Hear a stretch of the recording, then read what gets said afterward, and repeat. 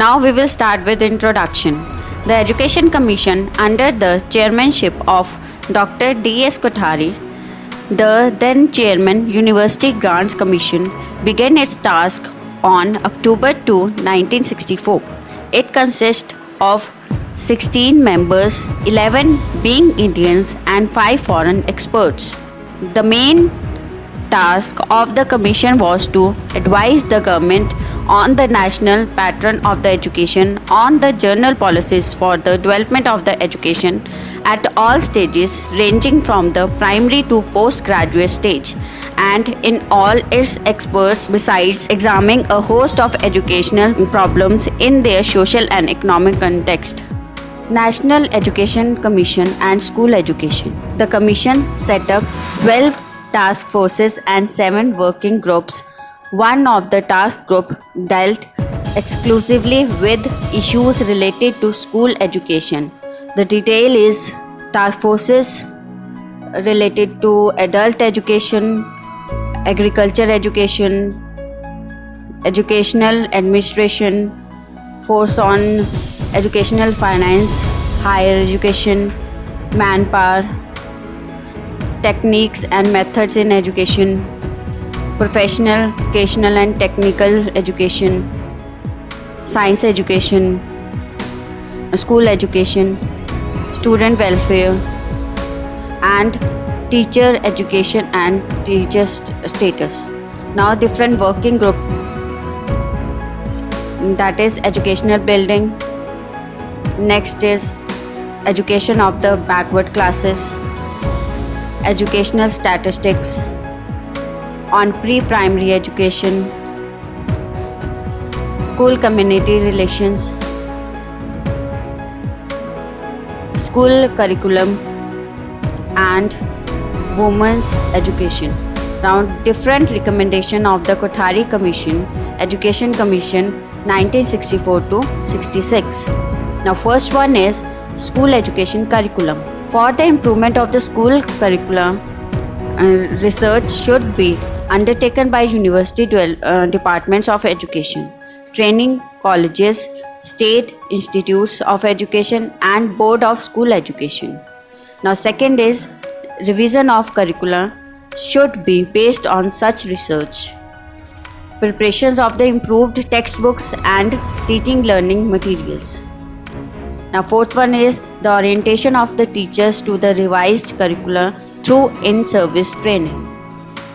Fifth point is school should be given the freedom to devise and experiment with new curricula suited to their needs. Now next one is school educational system, 10 plus 2 plus 3 system.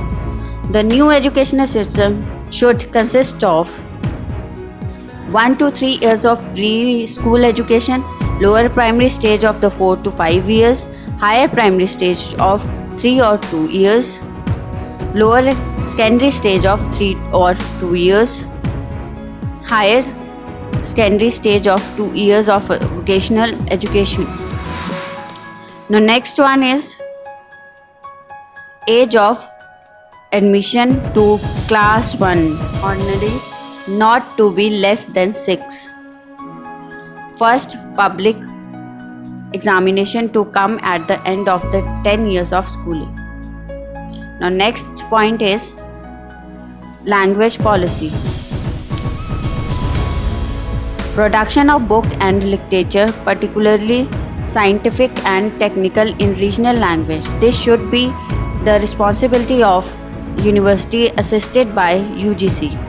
Regional language to be made language of administration for the regions concerned at the earliest possible time. Now third one is English language to be served as a linked language in higher education for academic work and intellectual communication. Hindi to serve as the linked language and spread of Hindi in non-Hindi areas. Now next one is 3 languages formula. The modified 3 language formula should include the following. First is the mother tongue or the religion language, the official language of the union or the associate form official language of the union so long as it exist and a modern Indian or a foreigner language not covered under A and B and other than that used as the medium of the instruction. Now next one is free and compulsory education. Efforts should be made for the early fulfillment of the directive principle under Act 45 of the Constitution seeking to provide free and compulsory education for the all child up to the age of 14. Programs should be developed to reduce the prevailing wastage and stagnation in school and to ensure universal enrollment. Education for democracy. Promotion of programs of adult education aiming not only at liquidation of illiteracy but also at raising the civic and vocational efficiency and general cultural level of the citizen. Training of the efficient leadership at all levels by expanding secondary and higher education and providing equal opportunity for all the children of merit and promise, irrespective of economic status, caste, religion, sex, or place of residence. Development of the scientific mind and outlook, tolerance, concern for public interest and public service, self-discipline, self-reliance, initiative, and a positive attitude to work. Education for social, moral, and spiritual values.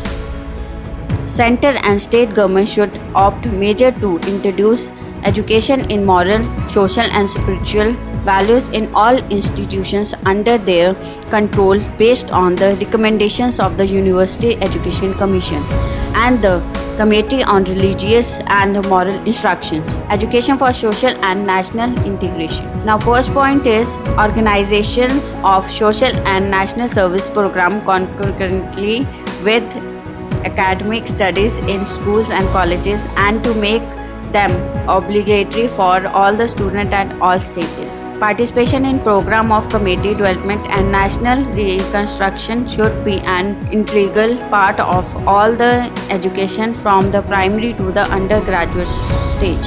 Education for international understanding.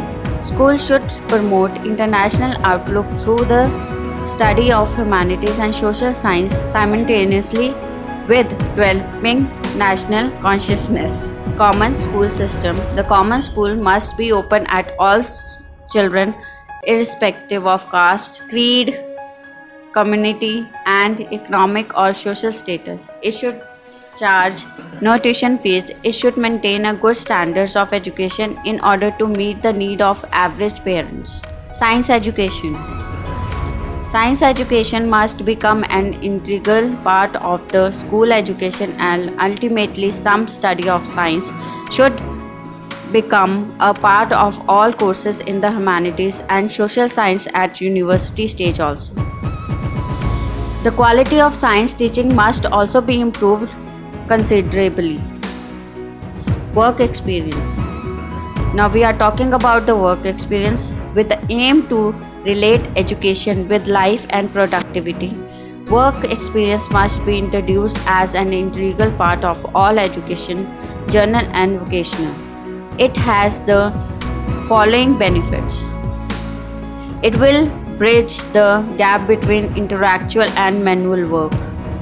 It will decrease the over-academic nature of formal education. It will make the entry of youth with the world of work and employment easier by enabling them to adjust themselves to it. It will relate education to productivity and also as a means of social and national integration. Vocationalization. Every attempt should be made to give a vocational bias to secondary education and to increase the emphasis on agriculture and technological education to the university stage. This will surely bring education into closer relationship with productivity in modern Indian society, which is heading towards industrialization. It is essential to considerably expand professional education at the university stage, especially in agriculture and technological fields. Reorganization of the university. Duration of the first degree should not be less than 3 years and the duration of the second degree to be 2 to 3 years. Some universities should start graduate school with 3-year master degree courses in certain subjects, 3-year special courses for the first degree, which being at the end of the first year of the 3 years degree courses should be started in selected subjects and in the selective institutions. Utilization of the facilities. Instruction days in the years to be increased to which 39 weeks for schools and 35 weeks for college and pre-primary school, and standards calendar in the worked out by the Ministry of the Education and the University Grant Commission in consultation with state government and university respectively. Other holidays to be cut down to 10 in the year.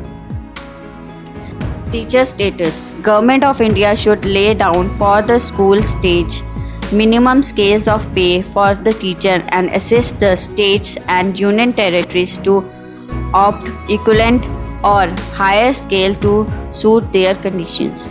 Scales of pay of the school teacher belonging to the same category but working under different management such as government, local bodies or private management should be the same. Teacher education. The professional preparedness of teaching being crucial for the qualitative improvement of the education. The Commission has urged that this should be treated as a key area in educational development and adequate professional provisions should be made for it. It further recommended teaching education program should be improved. New professional courses should be developed to orient headmaster, teachers and educators and educational administrators to their special field of work. The postgraduate courses in education should be flexible and be planned to promote an academic and scientific study of education. Improvement of teacher education institutions and expansion of teaching facilities. Equalization of educational opportunities. Free supply of books and writing material at the primary stage. The provision of the books, banks and textbooks, libraries in all institutions of secondary and higher education. Scholarship at all stages and in all sectors combined with a program of placement and maintenance of quality institutions. Special encouragement to the education of girls and the backward classes. The reduction of imbalance of education among the school in different parts of the country. Program for the education of the handicapped children. In this way, Government of India has implemented some of the recommendations of the National Education Commission, while some are left open. Thank you.